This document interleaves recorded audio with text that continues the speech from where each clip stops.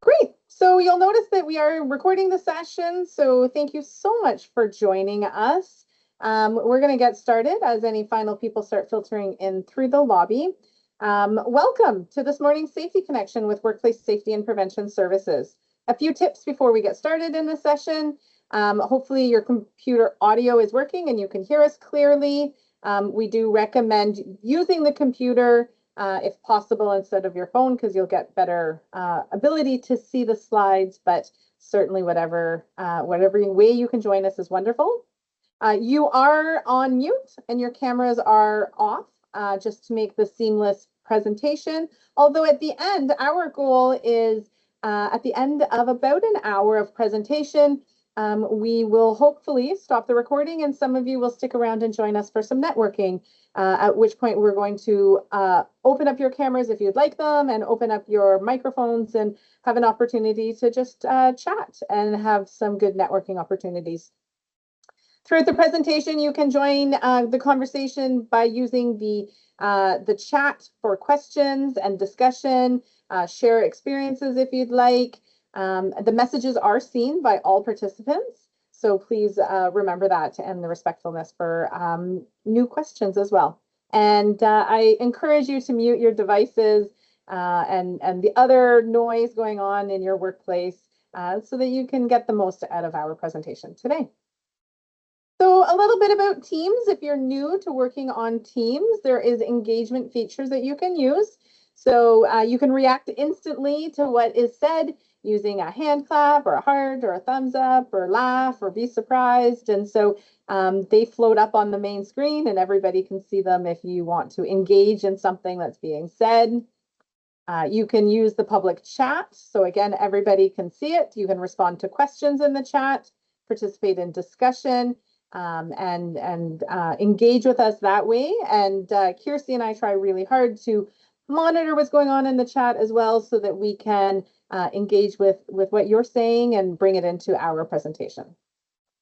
And then throughout the presentation, we will have some polls that will ask you to provide your feedback. So we might ask the size of your business or what you think or feel about a certain thing that we're talking about.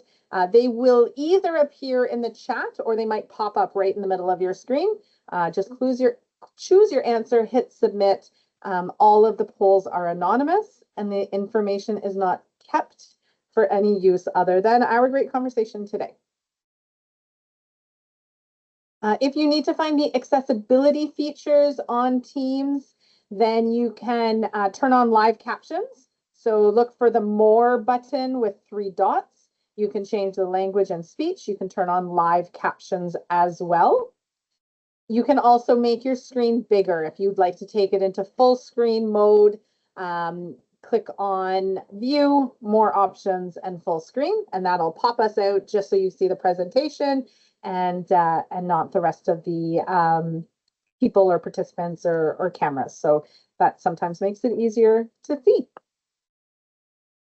So thank you for joining Safety Connections. These are live sessions that WSPS does to help people across the province connect virtually with industry peers.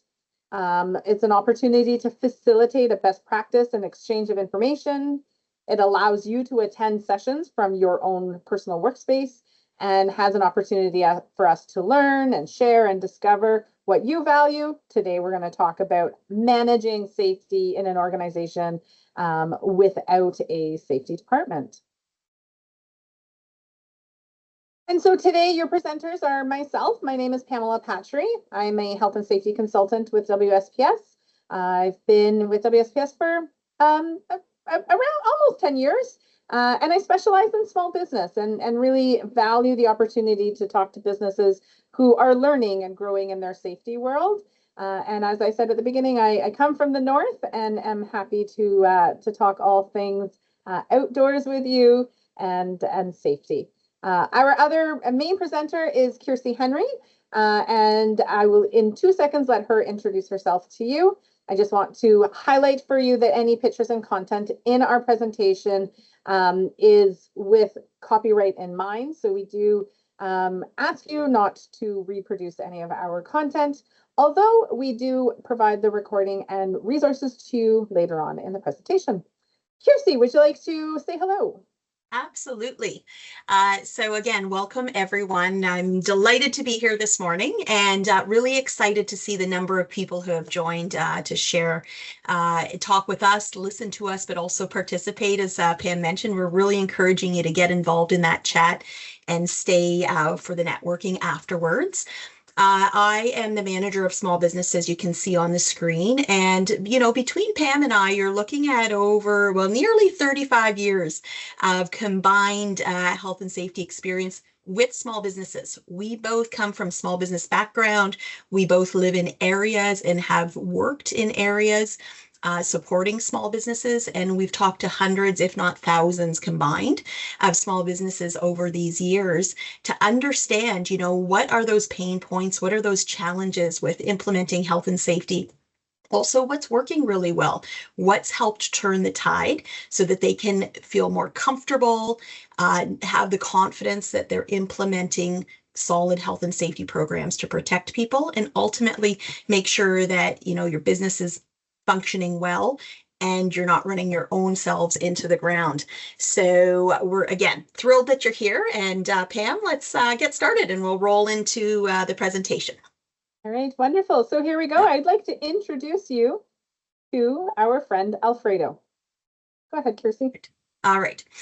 So yeah, you might be wondering, Alfredo, you know, why we're starting off introducing to someone you're not really familiar with.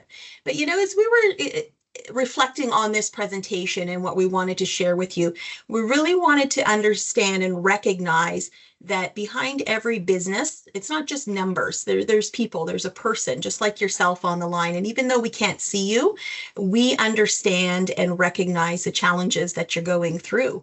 And so Alfredo, you know, he's running a fusion restaurant, you know, something South American and Italian mixed, and a lot of fun getting into that business. However, recognizing once you get started, it's not just about preparing the meals and the menus and being out there thanking your customers and talking to them. There are many different hats that he needs to wear, that we all need to wear. And I do want to mention, you know, I can understand where Alfredo comes from. I grew up in a family business. My parents were immigrants, came to Canada, started a business, and, you know, as a youngster, right up through until my 30s, in my free time, evenings and weekends, helping ensure that runs. So I can really understand where Alfredo's coming from and appreciate the laugh, whoever had that. Someone did a great job helping us here. So Pam, you know, Alfredo, what kind of hats, you know, might he be wearing? And Alfredo the wears, rest of us who have been in small business. Alfredo wears lots of hats like many of you. Yeah. He wears administrative hats from finance to legal to human resources, claims management. He wears technical hats where he looks at things like information technology, security, quality control, engineering.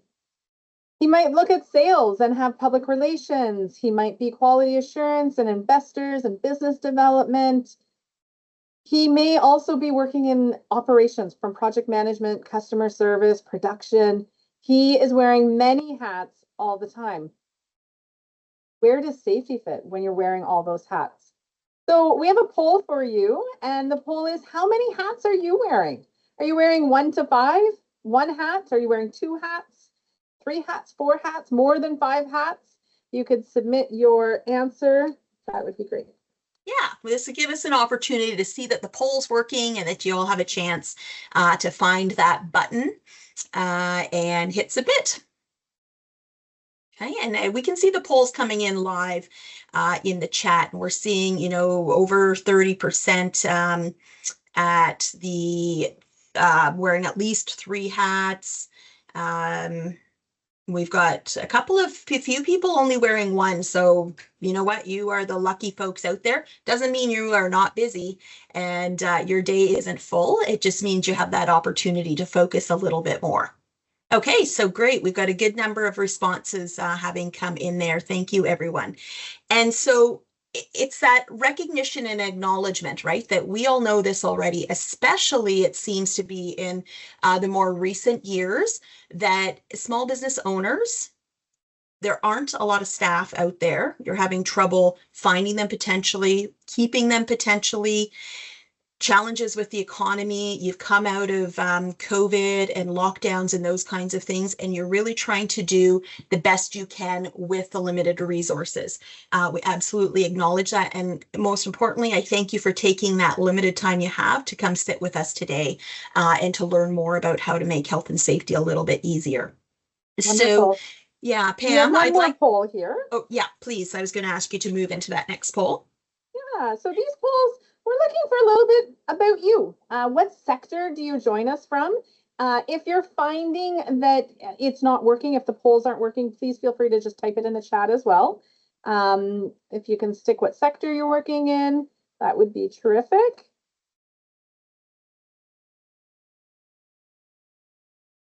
Okay.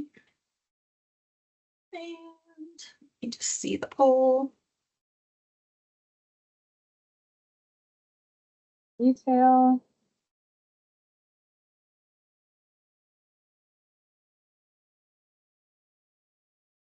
I'm just having a bit of trouble seeing the poll results. Pam, do you see them? Yeah, I am working on it right now, actually. Okay. I think it's showing us differently. Oh, here they come to me. Great.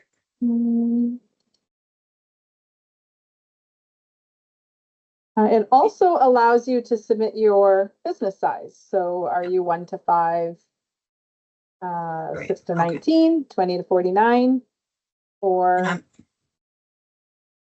sorry about that, cut you off. But yeah, and seek your retail, manufacturing, service. So a good mix, landscaping. So you fall under the definition of the agriculture, construction. So we've got some friends and colleagues coming from other sectors to join us today. Auto recycling. Interesting that you've been on our radar as far as the increase in EVs out there, more manufacturing. 50 plus. Are you seeing a size, Pam, just to get a number there?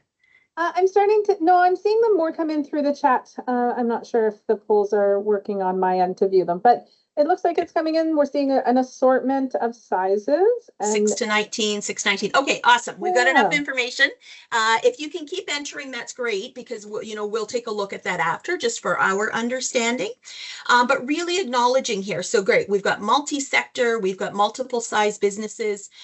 This is geared towards smaller businesses and, the foundational pieces of health and safety and tips for those folks who don't have the opportunity to dedicate all of their time to health and safety.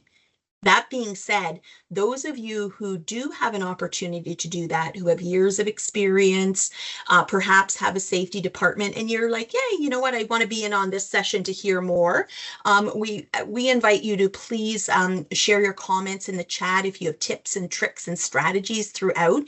Share those so everybody else can see what has been working for you. And then again, at the end of the session, when we have the roundtable and we all come off camera, we'd love to hear questions and assistance to answer those. So our objectives today, we're going to focus on, the foundational piece, the IRS, so the internal responsibility system, and how we can use and maximize the IRS to power an effective health and safety program, but doing that in a way that, again, minimizes you burning out, trying to do everything yourself. So our focus today is power, but we are going to begin with the IRS, and let's have a conversation there. Again, knowing the experience, Pam, if you want to go to the next slide, that'd be great. Yeah, sorry, I just want to point out that there will be some more polls and questions throughout as we go. And where you see this little computer screen where it says tools and resources, those are actually links that you can click on if technology is in our favor. You can click on those and they will open up into your browser. Don't get distracted. Don't play in them right now. Concentrate with us. But later on, you're going to be able to go in and look at some of these links if it works. And if not, we'll send those links to you later. And it'll give you some resources as we go along. Oh, it works. Wonderful. Thanks, Carly. So hopefully it works for some of you. You'll be able to click on. Just don't spend all your time looking at it while we're chatting. They'll be there later for you as well. So there's lots of those as we go through. So We'll move on to the internal responsibility system. Thanks. Okay, and as you can see, Pam and I, we've worked together a long time, so we're going to tag team throughout this morning to make sure we cover all of the key pieces, because there could be, so much. Internal responsibility system, the IRS. Foundation of the Occupational Health and Safety Act, foundation of a health and safety program. Why is it so important? Because it works. It is a system that's been put into place that talks about the shared duties of the different workplace parties. And again, I'm sure any of you have taken some health and safety training. This is not a new concept to you. But what we found over the years in our experience of talking with small businesses is that while it's a concept that's talked about, it's not always implemented or implemented well. And where I say well, in a way that's really supporting you as the health and safety, and I'm going to say the health and safety manager, whether that's your official title or not, but if you're managing health and safety, in a way that can really help you maximize your efforts to create programs, implement, and monitor them. And so when we're thinking about, this pillar, this of health and safety, where we've got a three-legged stool as the analogy, that if one of these legs, if the IRS is not working and some responsibilities have been dropped, some reporting's been dropped somewhere, some behaviors are happening that don't support health and safety within and throughout the workplace, that stool is going to be wobbly. Eventually, somebody's going to sit on that stool and fall off. And we all know the consequences to that is, potentially incidents, illnesses, and worst case, ultimately would be a fatality. And, when I reflect on the internal responsibility system and the theme of today's discussion about managing without a health and safety department, if you can take this one piece away, is really evaluating and looking at your internal responsibility system to understand, does everybody know what their roles and responsibilities are? But more important to that, is health and safety built into everything that you do? When I've done audits at workplaces or walked around to help with inspections, and when we just talked to workers over the years, I've heard a lot of comments where folks will say, oh, here comes the health and safety lady, or oh, here comes the health and safety guy.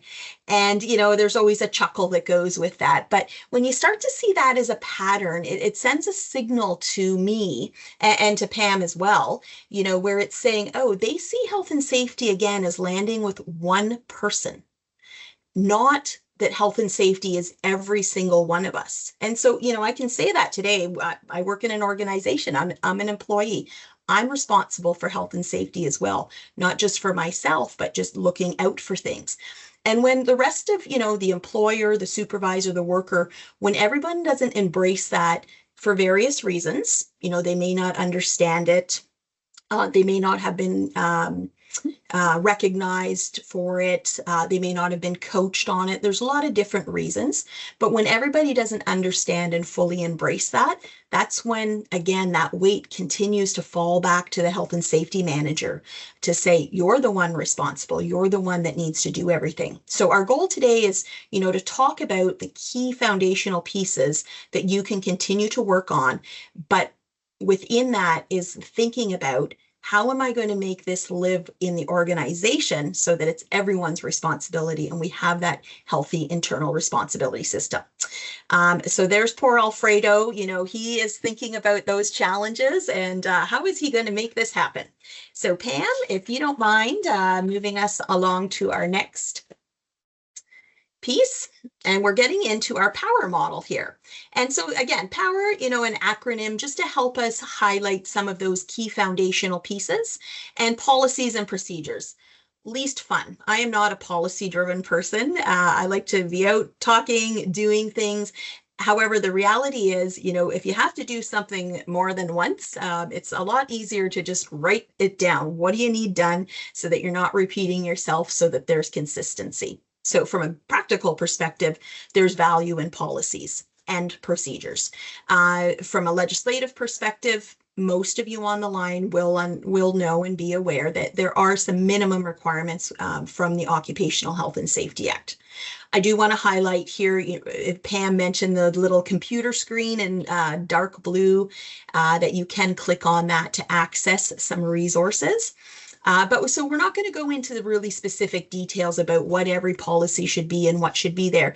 We're talking about this holistically right now, to say that you need to have these pieces in place again if you're going to support that internal responsibility system and have it truly working for you and driving your program, rather than you, again, having to be the one to enforce everything and continue to do all of the work.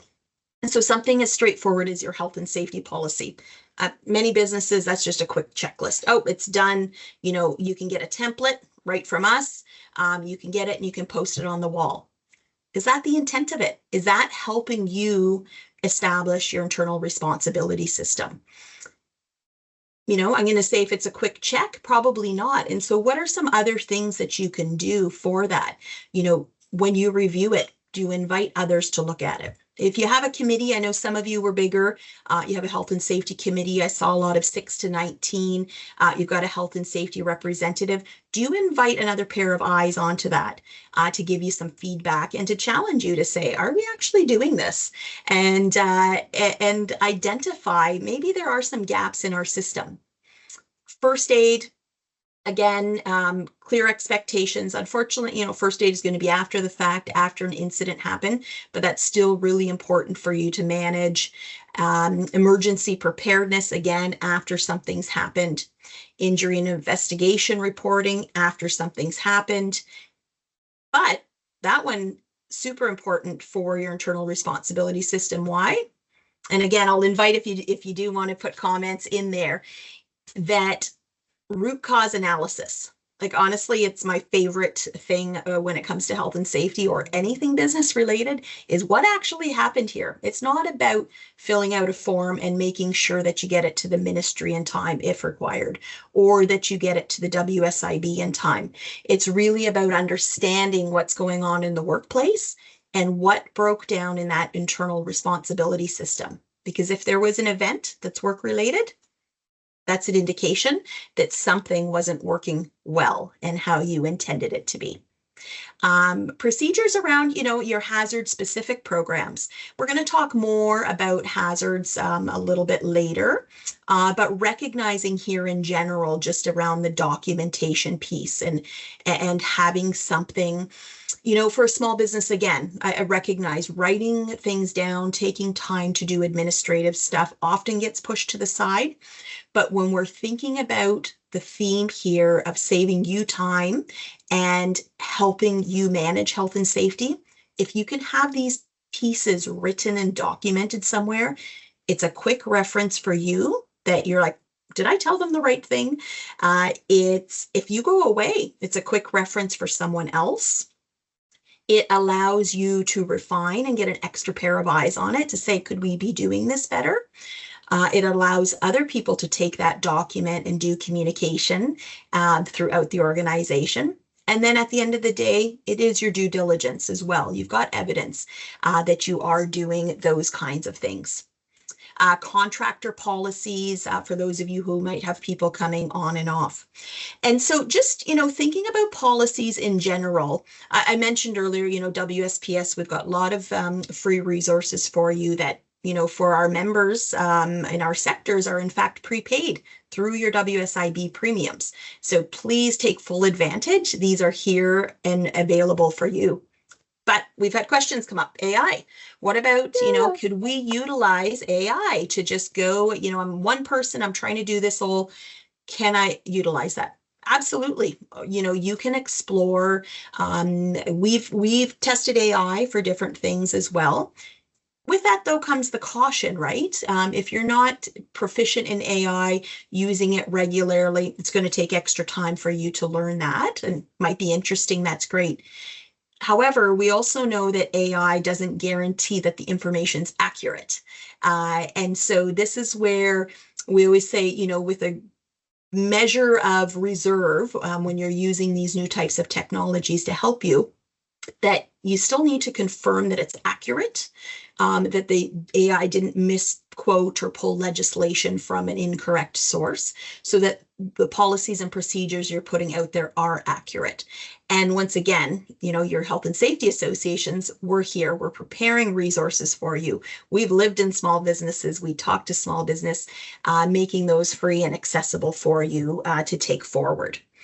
The other thing I think about with policies and procedures, I've had a lot of conversations over the years where folks are like, I just don't have a lot of time. Have you ever looked at co-op students? A lot of the colleges, universities, and even, there are some high school students who are, in their senior year looking for projects related to business classes and that, where you could invite them in and, have an arrangement for, specific outputs that you're looking to have developed, and get that started and take a little piece off your plate. And then you become the reviewer, with other people in your organization. So little tips there that I've seen work really well.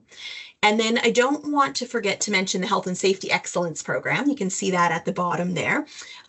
For those of you who haven't heard that term, back in the day, you might have heard about safety groups. It's a WSIB rebate program. We can have a whole other conversation on it, but I want to reference there is that program also guides you to develop your policies and procedures and implement them, providing templates, providing the questions and answers, while getting a rebate for the work that you do. So it's something to put in your back pocket because, I remember, Pam, I've led 3 of those groups over the years, and we would put a chart on the wall to show over the years the experience of small businesses and big businesses who worked in these programs, their incident rates being lower on average than the rest of the sector. So working on a program like this and networking, because the big piece of that is networking as well, makes the difference. Pam, do you have anything you wanted to highlight here before we move on to O? So I think that's great. I really, I think the Excellence Program is such a great place to start for anyone who wants to get going and doesn't know how to get started and needs support and resources, with an incentive and a rebate in return for your hard work, for work that you had to do anyway, or you should be doing anyway. We're happy in that networking session. If you want to talk further about it, we can talk about that at the end of our session this morning. So a little bit more policies and procedures, Kiersey. Workplace harassment and violence. That's right. I know this is a big one, so let's just chat about that one quick. Okay, thanks, Pam. So violence and harassment. We know it's a significant issue out there, and I don't just say from the numbers that we see coming in, it still continues to be one of the top orders by the ministry when they're visiting businesses, meaning that businesses aren't in compliance. They either don't have their policy, they haven't done their risk assessments. In speaking with businesses, we're hearing from them, and we're literally working on an initiative right now with a group of BIAs who have acknowledged in this community that it is a crisis for them, and they need to put steps and efforts in place how to manage this. So why I'm bringing those examples together is, one, you all know it's a priority, it's minimum legislative requirements. But again, thinking along the theme of making it easier for you. You heard my reference to BIAs. It's the networking, it's businesses coming together to talk about what are the challenges. Can we share best practices? Can we work together? It's businesses coming back to their health and safety associations to say, what can you help me with? How can you help make this easier for me? And again, providing sample policies, sample procedures, giving you coaching and guidance on the requirements to implement here. So we take that now into the workplace and talk about the internal responsibility system and how this can be easier for you. You can find a sample policy really easy. You need to take that and consult again with your committee, with your health and safety rep, have them give some input so that you really put in a program that reflects your workplace, that is easy to understand for your workers so that they use it. and they apply it and the principles and the concepts behind it. Pam highlighted down there the violence risk assessment, a critical piece of prevention. If you skip over and just do a really high level risk assessment, which is going to help you identify potential violence risks, you're doing a disservice, right?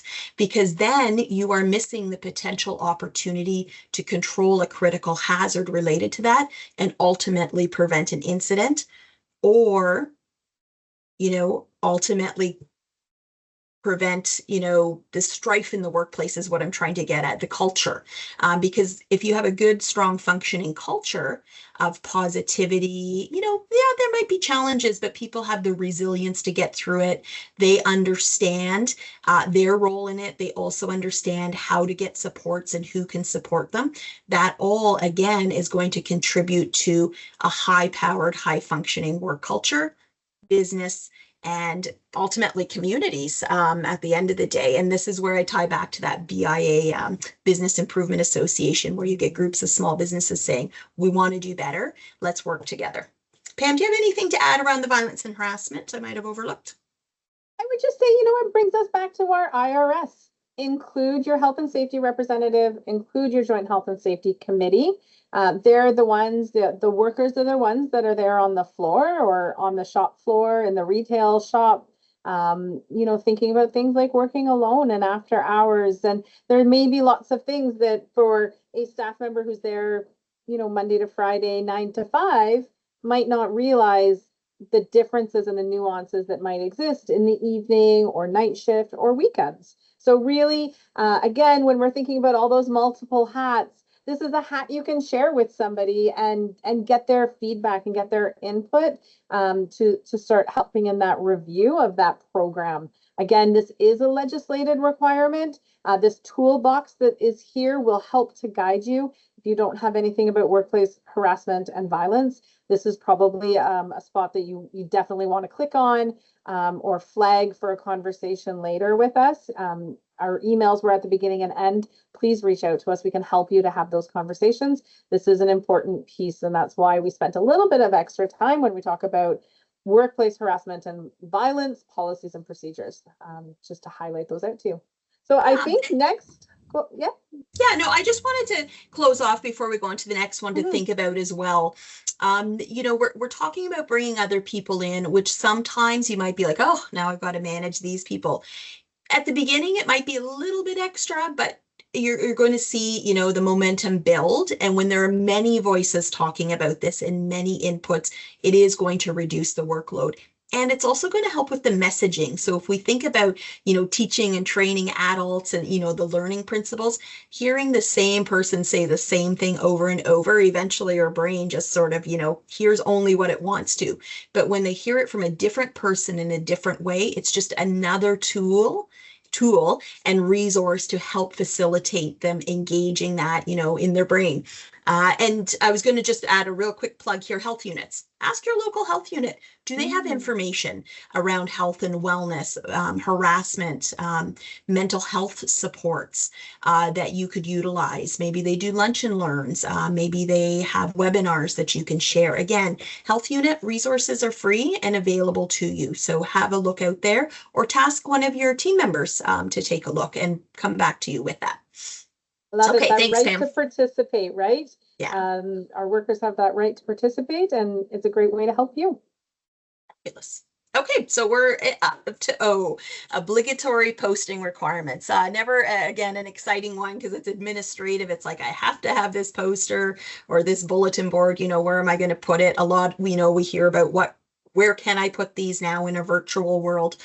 Those are technicalities. And if you've got questions, absolutely about that, put that in the chat. But I just wanted to big picture, remind us that, when these laws come into place, it's not just to cause grief for employers to say, hey, we think we're going to make your life a little more challenging and give you extra workload.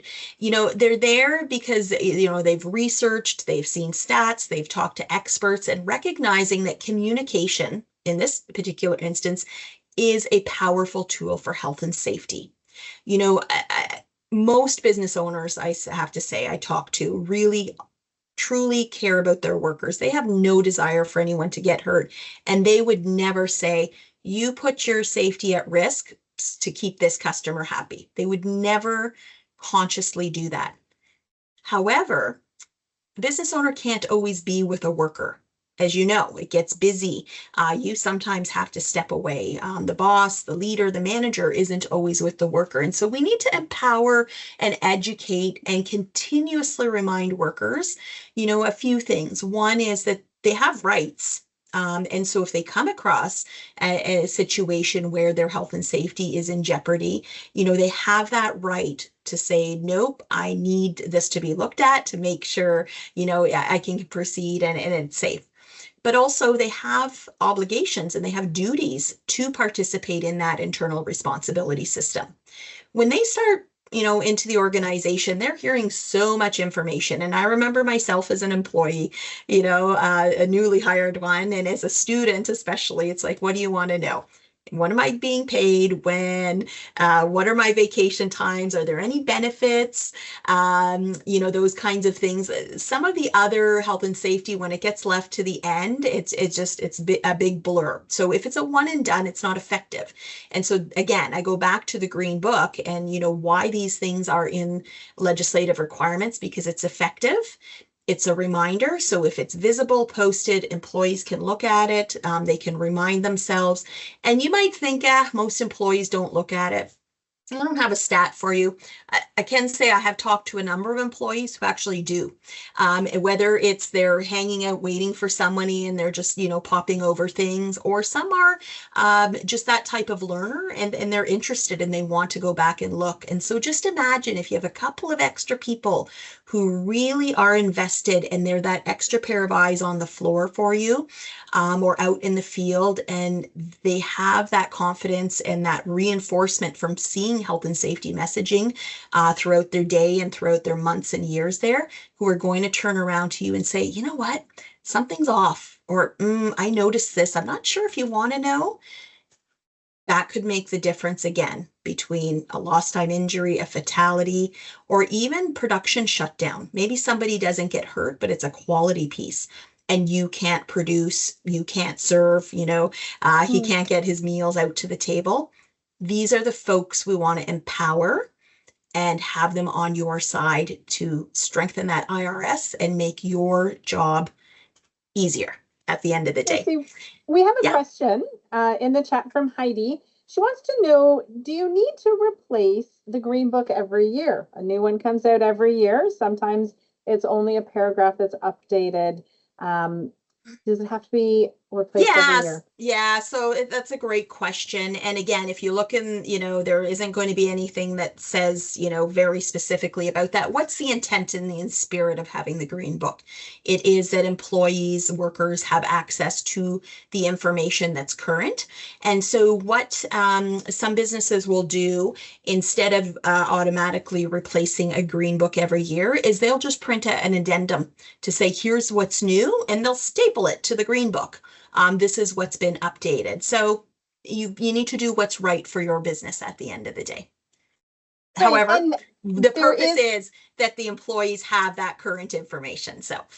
Right. And I was going to share that new legislation did come through that having access to it online is also acceptable now. So sharing with your staff, if you have people who work remotely, putting a link to the Occupational Health and Safety Act onto your internal system, or maybe you have work phones and you download to everybody's work phone the Occupational Health and Safety Act. Those are acceptable methods now as well to share the Green Book and the Occupational Health and Safety Act.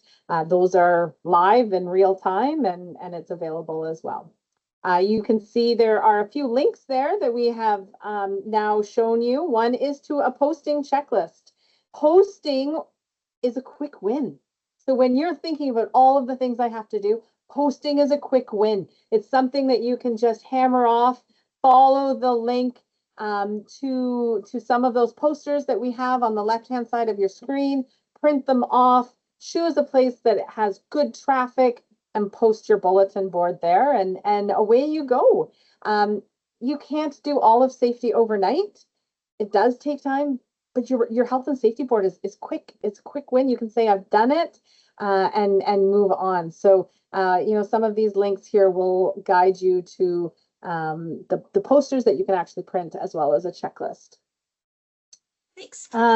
We will provide a link for the Green Book, Vanessa, into the chat.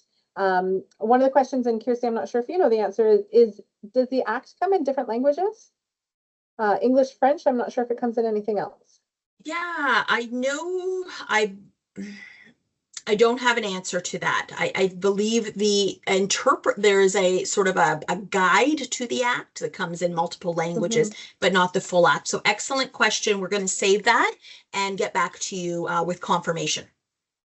Currently, we don't provide it in multiple languages, but we'll get a link to you, whoever is looking as well, to buy, and maybe someone on the line who has the WSPS link can pop it in there.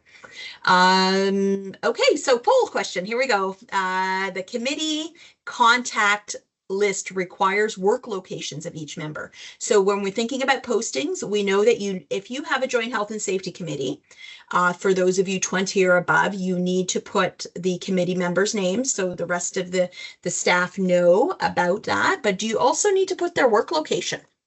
Is this true, or is it a trick question?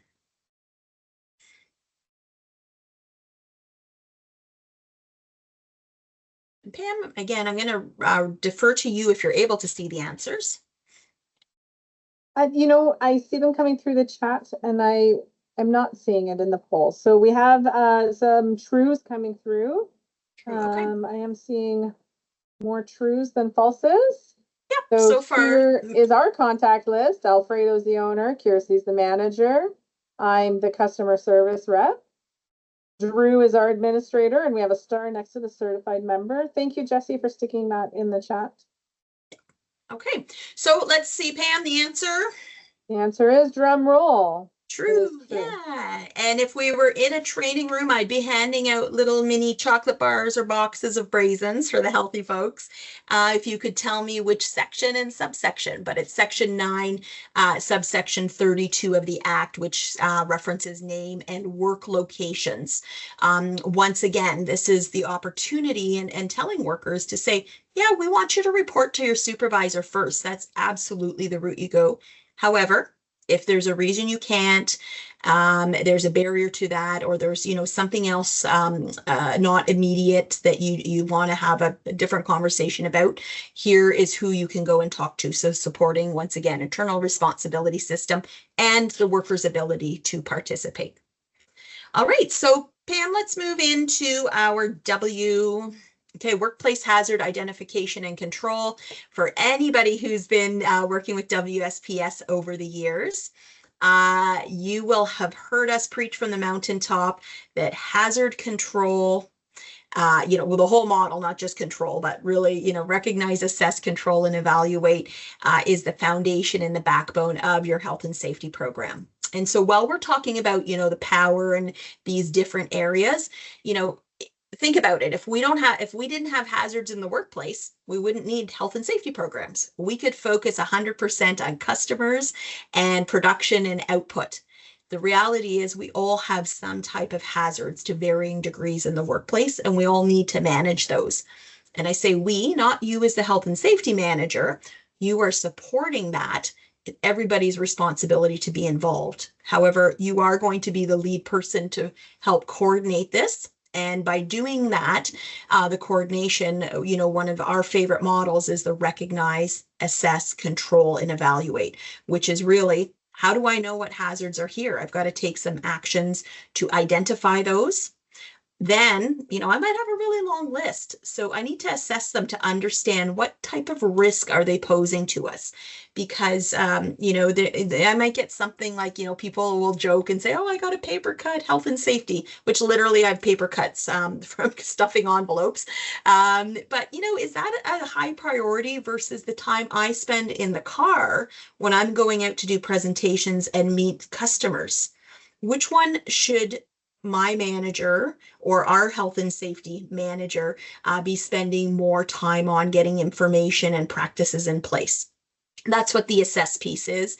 And that leads to, of course, controls.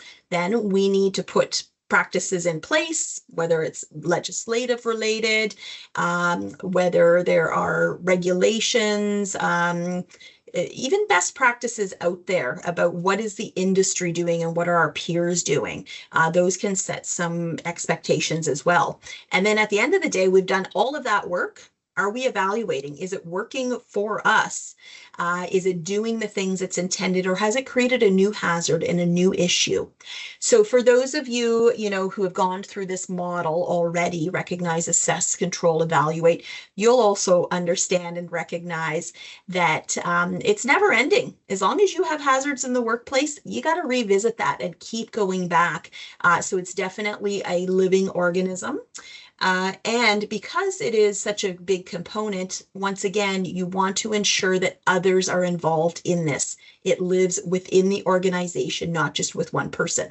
So looking at our first step of recognizing, Pam, if you just click through these pieces, we're not going to go in specifically to all of the categories because once again, you're going to be able to have access to those, but it's really about the activity of recognizing hazards in your workplace.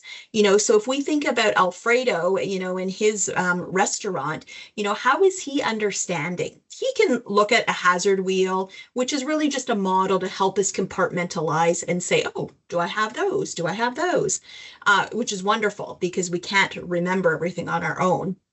But other ways to recognize, and this is where you're including and building that IRS, is talking to people. Listening to reports that have come in. When you have your health and safety rep, committee members, or perhaps supervisors do inspections, having them talk to people about what's happening and what's going on. I mentioned earlier Ministry of Labor orders, or Ministry of, I'm going to say Ministry of Labor. That's a default after all these years. But the ministry orders, they come out with top orders every year. And once again, I see someone giving a thumbs up to psychological safety being here, but workplace violence and harassment continues to be up there. We also still see WHMIS coming up, the lack of health and safety rep. So understanding what is happening out there will help inform you and to recognize as well. Also, I wanted to mention earlier, we talked about having your policy and procedure around investigating incidents. That root cause analysis, what contributed to this incident happening, is also going to help you recognize hazards that are out there that could lead to something else that happens. So again, Alfredo's hot on this, getting on the phone and finding out what's happening and trying to understand where the hazards are.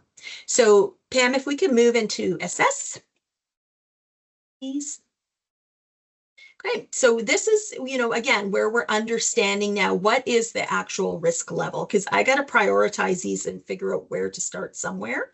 So we're looking at factors of, likelihood. This is a very simple risk assessment, but it works. And so I'm not dismissing it because it's simple. We're actually encouraging everyone to look at it and start with something like this.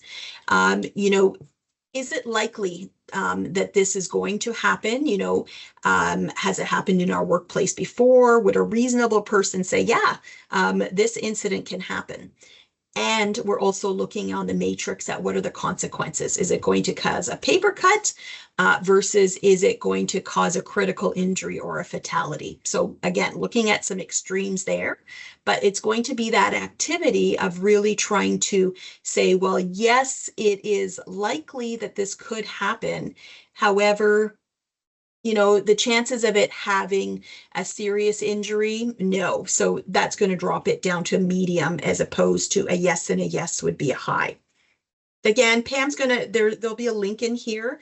We'll show you afterwards of a simple tool that you can access and use online to start filling in your own risk assessment piece. Okay, Pam, I know Alfredo, he was talking to the workers, MSDs and lifting boxes. So now that he's aware of that and he understands, he wants to say and prioritize, if this is a higher risk for us, how can we put controls in place? Again, I appreciate many of you will have seen this hierarchy of control, and some of you won't. And I'm glad you're here if this is the first time you're seeing it. Because what it is, it's another model that just helps us think about health and safety and prioritizing so that you're not sitting there alone at your desk and saying, okay, what should I be doing? Where should we put our time? Where should we put our money? And so this hierarchy of control, you can see, starts at the top, green, all the way down to the red. So it's giving us a visual representation as well that ideally, if we can, let's eliminate a hazard. Let's just get rid of it. So, if we've got a very loud piece of equipment for production, can we outsource it to a shop that maybe has the highest technology, and they have designed machines that are quiet, or processes that box in the sound that we're not able to do? That would be elimination. Not always possible and realistic, recognize that, but at least can we consider that? Substitution is looking at, we're using Alfredo's example here, which I should have done earlier. So elimination would be we don't have to lift the boxes at all. Someone else, it's outsourced, or we don't get them. We have a completely different business. Substitution, asking the supplier instead of one 40-pound box to send us two 20-pound boxes. Engineering, getting some equipment in there, lifts, dollies, to move these around so it's not the human factor, bending and lifting all the time. Awareness, that can include, there's a training piece to that, but also, the posters, reminding people, remember that visual cue, where we talked about the bulletin boards, but stamps on boxes, if you don't want them lifting, saying use mechanical supports for lifting. Also for storage, if people are going to be lifting something, maybe you're making sure, hopefully you're making sure that it's being stored at a neutral level, so they're not straining themselves, and so clearly labeling those shelves of where things go. So those are visual reminders and controls. Administrative, again, the procedures that go in place so that it's clear, everybody's following the same steps for these activities and there's consistency. And the last one in bright red is the PPE. And why is that there? Because really it's the last line of defense. It's meant to be not a standalone. Ideally, PPE, you never just use PPE alone. You try to use as many of these controls so that you can eliminate, really eliminate or reduce that risk level to as low as possible, the probability that an incident will actually happen and or cause injury if it does happen. So that in a nutshell is your hierarchy of control. And once again, where we think about reducing your workload goes back to you can help manage this process, but think of all the people in the organization who could be involved with the inputs to it, of helping identify the hazards, sitting down and brainstorming and coming up with the assessments, and also helping research what are the controls and getting those implemented. And then the evaluation, once again, who's going to do that? We've got, committees who can keep an extra eye, health and safety reps, managers and supervisors, owners, everyone can assist with those kinds of supports at the end of the day. All right, and so I think the next slide is actually going to show us, here we go, Alfredo. And remember I referenced that we have a tool, there's a link to it there, an online tool for a real straightforward hazard assessment that walks you through that step of identifying, assessing, controlling, and then the evaluating is there. So, what are you going to put in place, and then reminding you to go back, to check that it's working. So I encourage everyone to take a look. It's free, accessible to all of you, and put that in place. And you know what? If you've got some managers, if you've got your health and safety reps, give them a copy as well. Send the link to them and say, hey, start looking at this and read the instructions and let me know what you think. Okay, Pam? We're on to a little poll. A complete inventory of all tasks on the hazard assessment tool is evidence of due diligence. True or false? And we did see in the last poll that we weren't seeing them, Kiersey. So Okay. it looks like this time I am seeing. So if everyone wants to stick their poll answer in, 89% right now is saying true, 11% is false. Well, actually, you know what, Pam? It's interesting. I always look at these questions and I'm like, it's all up to interpretation to how you read the question, right? So what do we have as the answer? So I agree. Yeah. Our answer is true, although if you put me on the hot seat, I could probably argue my way around and put it under false. But it is an example of showing that you're considering all of your hazards, you're rating their risk level, you're considering the controls, you're evaluating your controls, and you're putting processes in place. It does show that you're doing your due diligence and starting working through safety. It's not the only step in due diligence, though, and so that's important. It's not the only thing that we consider, but it is a piece. Great, nice summary. Okay, so let's get into education via orientation and training. And Pam, it might help me if you just populate, in the WHO section there, and I'll use that as my guide. So, surprise, surprise, with the WHO, when we're talking about IRS, workers, managers, supervisors, the safety lead. So really everybody in the workplace requires training. We left out contractors there, recognizing, not everybody's going to have contractors coming in a contractor program. That's a little more focused. But at the end of the day, really anyone who's coming into your workplace to do work, this is going to apply to them. And, what are we training them on? Awareness, orientation, the job specific hazards. So it's not just about, welcome to the organization, here's your information and off you go, we're so busy. It's about integrating education and just education, period. So whether it's training, orientation, whether it's tailgate talks, it's about integrating it into everything you do. And so if we think about, someone in the service sector, a lot of customer facing, there's customer service training, and how you expect people to interact with customers, build in the health and safety piece there.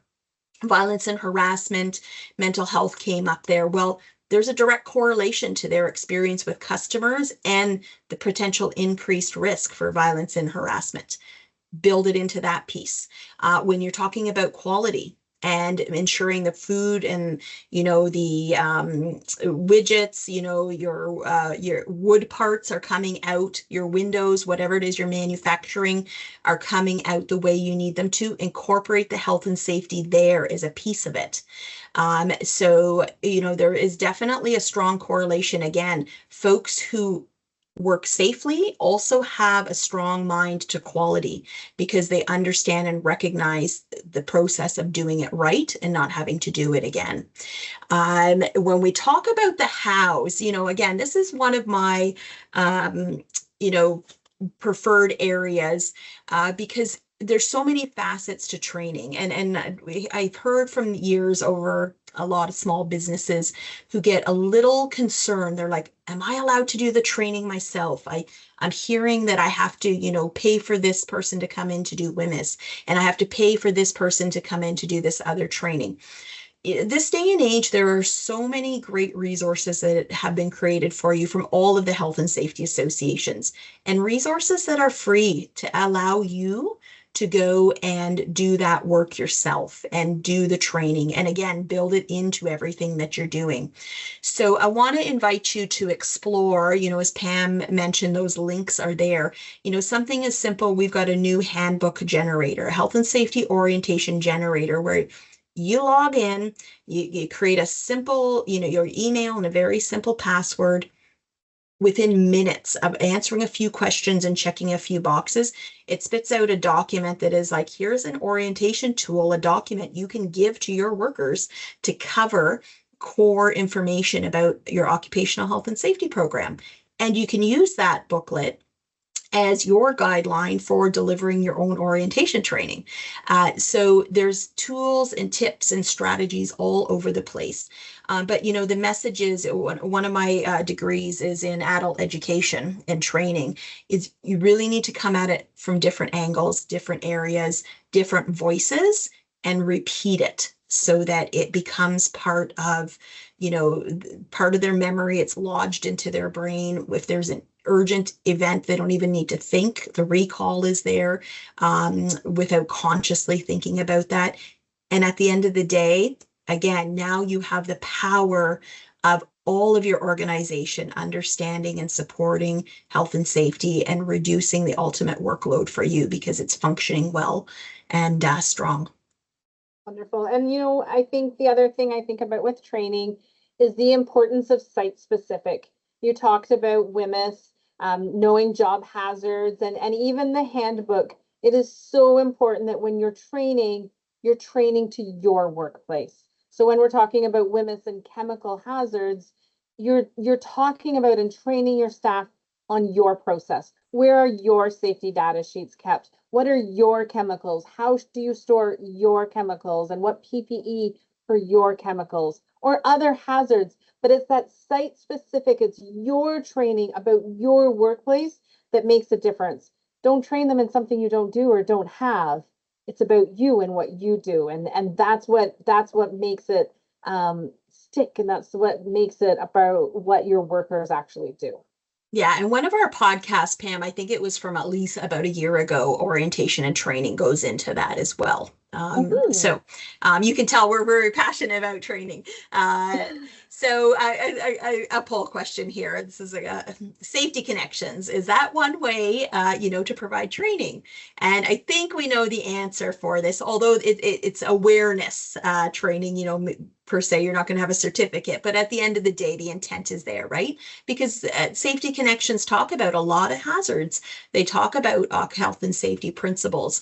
And so you, as the health and safety representative manager here, are getting that. And if there's ever time, maybe hazard specific, some staff pop in and listen to this, or some of your supervisors, so they're able to help take back that current information as well. Okay, Pam, let's go to the R. I realize I've been talking a little bit longer than I expected today, but we're very close to the end. All right. Oh, record keeping. Sorry, I missed that. We have a second one. So another poll here. Oh, sorry, there's another poll. Yeah. So let's just find out.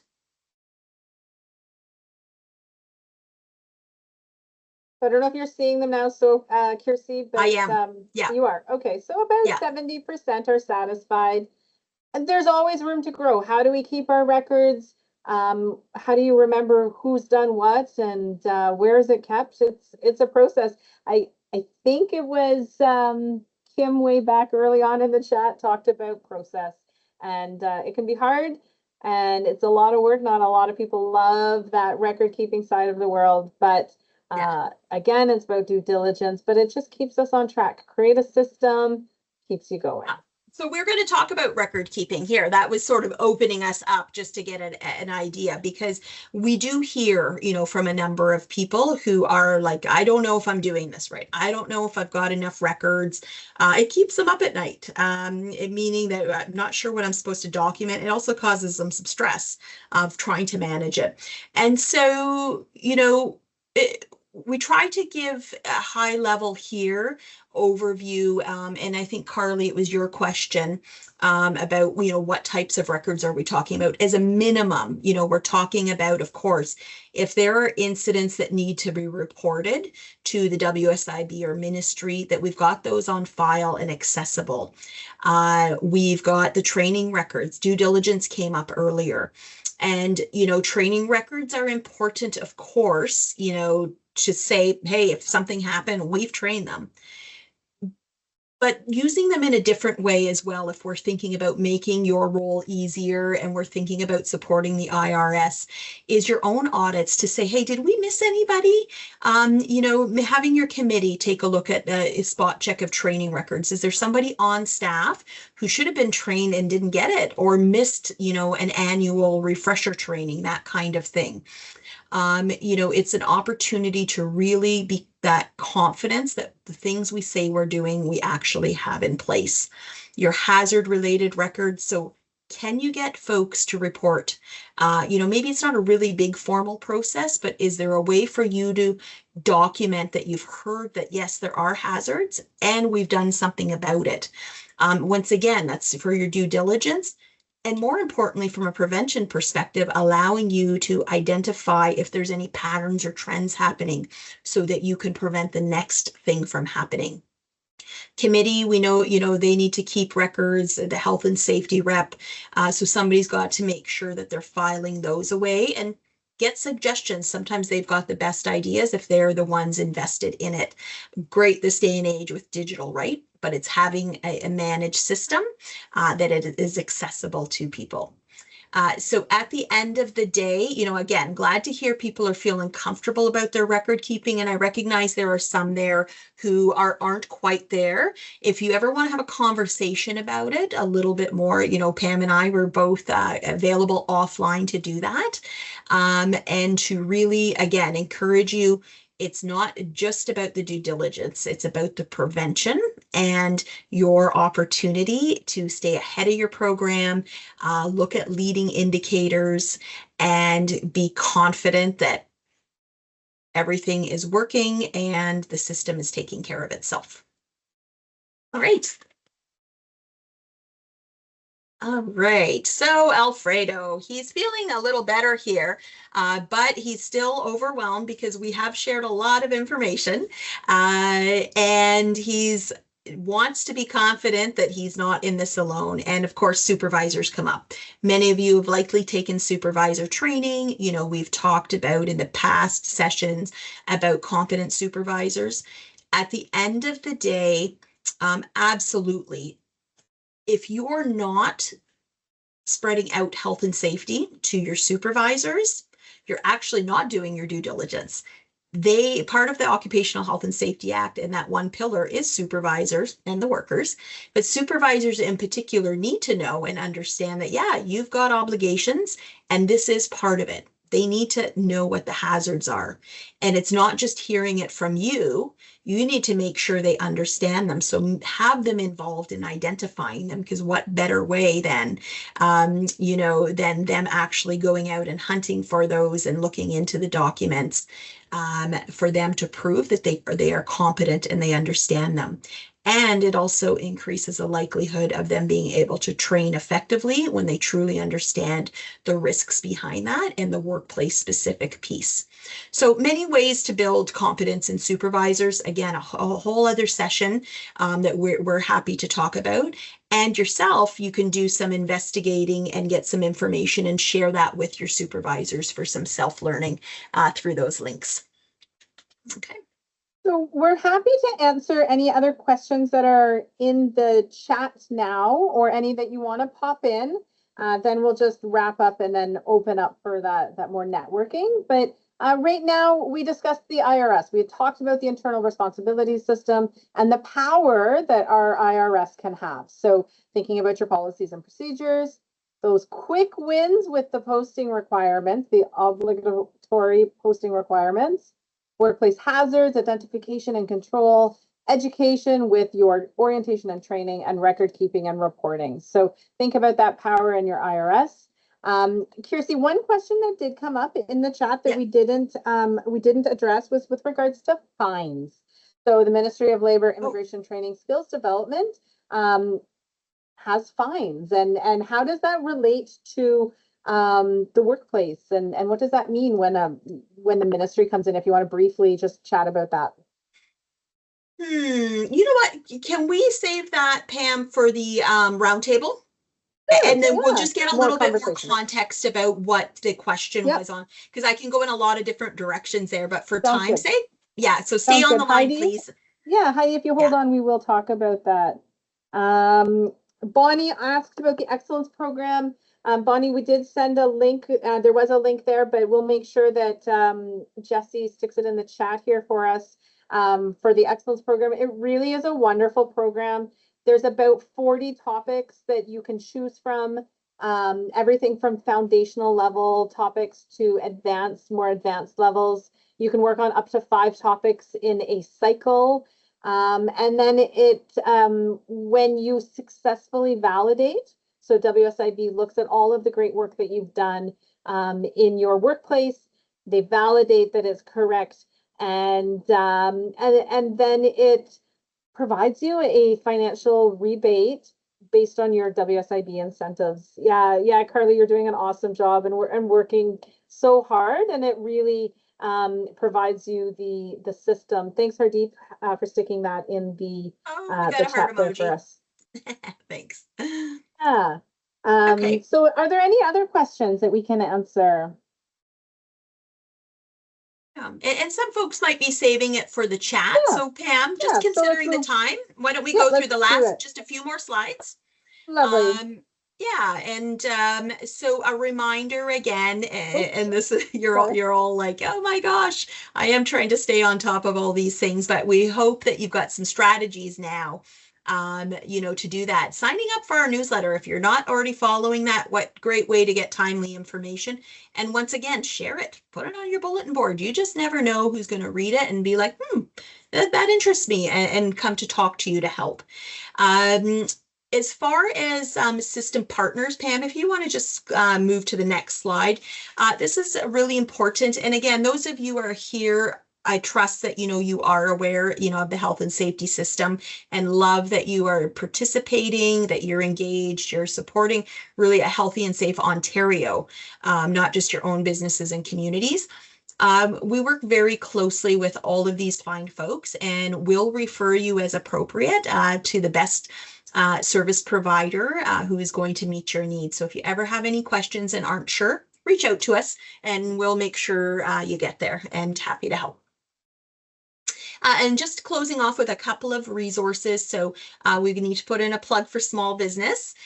We've got some great small business videos, 21 new videos that were developed in the past months on basic health and safety compliance topics. I like to refer to them as little coaching nuggets. So this is information that we tell repeatedly, to customers that we meet and we help explain, but it's in a video format. So you can use it for your own education. You could use it to upskill, some of your managers so that they understand, or your supervisors, some of the basic health and safety requirements.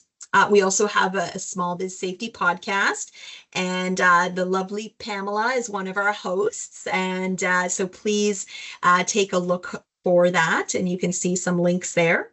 And then I do want to just remind you that we have a Small Business Center. If you haven't been there already, where I say that, again, there is a combined decades and decades of small business hands-on experience that has been transformed into free resources for you in our Small Business Center. The roadmap is a great place to start, a checklist to help you, again, just reflect on, are we doing those basic compliance requirements? And if not, then there's a section in that roadmap to speak to it, to give you content, free downloads, to help you work on this yourself. And always, if you have questions, you're not alone. You can reach out to us for some coaching. We also have an incredible program. It's called Small Business Advisory Service. So if you're under 20 employees, it's a free program where we match you with a occupational health and safety professional who's a volunteer, and they work with you to take a look at your program, talk about your top hazards, do a walkthrough, and help you come up with an action plan. So it's 10 hours of free coaching and guidance. Again, reach out to us or go onto our Small Business Center and you can click there. So spending all of this wonderful time with you, a lot of information to absorb, but I really ask that you reflect. And I'd love to see it in some of the comments here. has anything stuck today or stood out that you're like, you know what, in this upcoming week, this is my goal. I'd like to at least explore this, or I'd like to tackle this. Would love to hear it. Is there anything down the road that you'd setting a goal for yourself in the next month? And ultimately, if we were to invite you back in a year, what's going to change? What is your program going to look like? Is it going to be different? Will you see improvements, and what will those be?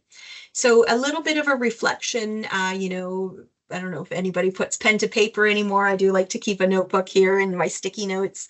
But we're happy to talk to you offline. And as we wrap this up, we're actually going to stop the recording now, and then we're going to open up the mic and the cameras for our roundtable